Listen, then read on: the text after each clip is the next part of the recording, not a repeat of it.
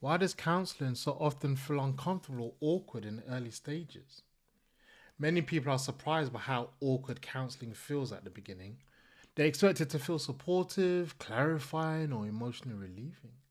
Instead, it feels exposing, unstructured, even slightly artificial. This discomfort isn't a sign that counseling isn't working, it's a sign that something unfamiliar is happening. Most people are not used to speaking freely without managing the response of the other person.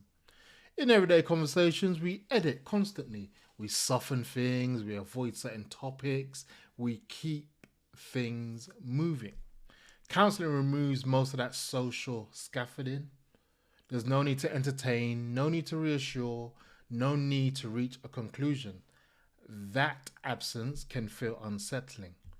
Another reason counseling feels awkward is silence. Silence in everyday life usually signals tension or disinterest. In counseling, silence is functional. It creates space for thoughts that don't usually surface when conversation is flowing. But for many people, silence triggers self consciousness. They're worried they're doing it wrong. They feel pressure to say something useful. They start monitoring themselves. That self monitoring is often a very pattern being worked with. Counseling can also feel awkward because it disrupts familiar roles. People who are used to being capable, composed, or supportive may suddenly feel unsure. They don't know what's expected of them. They can't perform in their usual way.